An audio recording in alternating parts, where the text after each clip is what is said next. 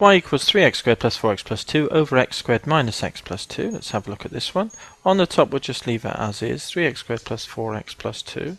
Underneath, this doesn't factorize, does it? So I'm going to complete the square here on this one, so it'll be x minus a half squared.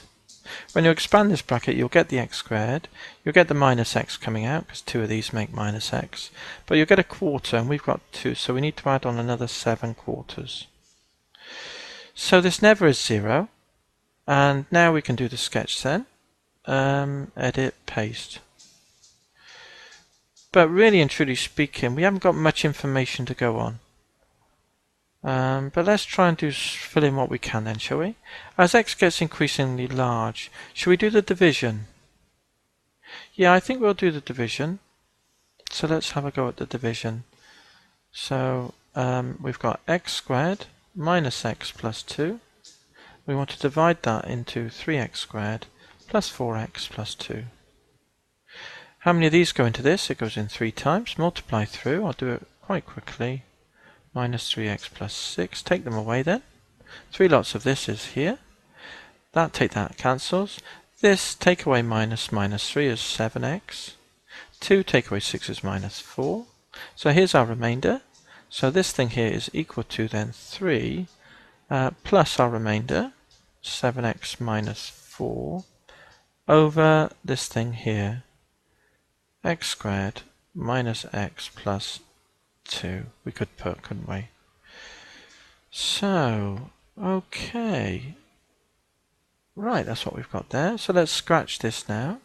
Get rid of all this stuff. We don't need it. And now we'll do the sketch. So let's try and do some of the sketch then. See how far we can get. As x tends to infinity, we can see that the 3 will be an asymptote. So let's put that in the diagram. Here's 3. Drawing our horizontal line. And the other side of 3, of course, as well. When x gets large positive, we've got positive over positive squared, which is small positive. So it tends to 3 from above. When x is large negative, this dominant term makes it large positive squared over negative, which makes this combination negative. Just under 3 then on the other side. Now, it's not going to shoot off to infinity because this is never 0. The smallest value it has is 7 quarters when x is a half. And you could put that in and work it out here. You get a value. But it might be handy to have the turning point. So let's do the turning points. So here, let's work out dy dx and let that equal 0 and find the turning points. So we've got v du dx, which is 6x plus 4, minus u, which is this,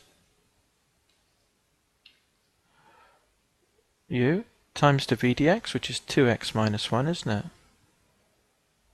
it? So that was v du dx, minus u, the v dx, all over v squared, which is the x squared minus x plus 2 squared. Let's tidy that up then. So y dashed is equal to, let's expand it. So we've got 6x times all this, so we're going to have 6x cubed. So let's carry on. 6x cubed minus 6x squared, and then plus 12x. That's those 3. Then the 4, we get 4x squared minus the 4x plus 8, isn't it, for those 3? Then we've got 2x times all these 3 with the minus, so it's minus 6x cubed there, minus 8x squared, and then minus 4x. Then the minus 1 combined with that minus to make a plus, and we just have plus 1 of these, don't we? So it's plus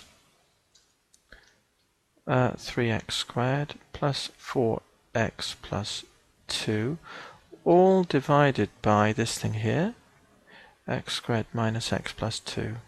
bracket squared. So y dashed will equal then, so we got 6x cubed here minus 6x cubed. They can go. The x squareds is minus 6 plus 4 is minus 2. Minus another 8 is minus 10. Plus 3 is minus 7 x squareds. Now the x is 12. Take 4 is 8. Take another 4 is 4. Take away plus another 4. So let's just do that again. 12, take 4 is 8. Take 4 is 4. Add 4 is 8. So it's 8x. And then the constant number, we've got 8 here. And we've got a 2, so it's plus 10. Over that something squared, x squared minus x plus 2, all squared, so we got that, equals 0 when.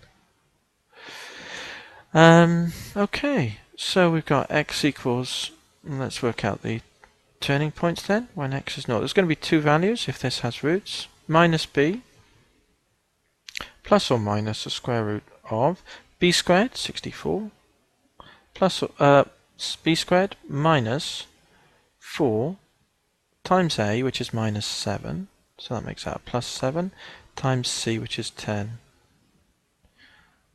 So you got 280 plus 64, 324, over 2a, which is minus 14.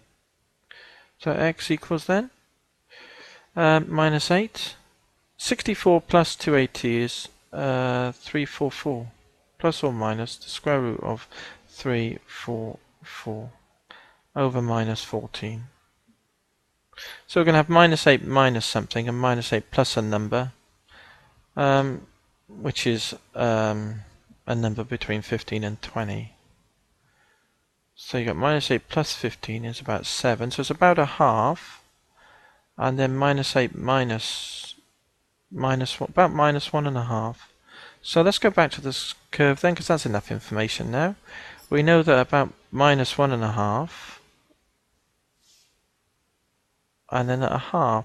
So it's going to have, so because of the way the curve is going to come along here, it's going to have a maximum at a half, a minimum of minus a half, and then tend toward here, looks like what it's going to be. I'm not going to work out those actual points. I just wanted to draw the curve in terms of its characteristics. So let's have a quick check then. Now we've done that. Add the plotter, which I should have typed it in already, because I'm a little bit of a sneak on the last question, I suppose. 3x squared plus 4x plus 2 divided by x squared minus x plus 2. And yes, as we suspected, a lot of trouble to get there, mind. We suspected that this was what the curve looks like, and it flattens out at 3 either side.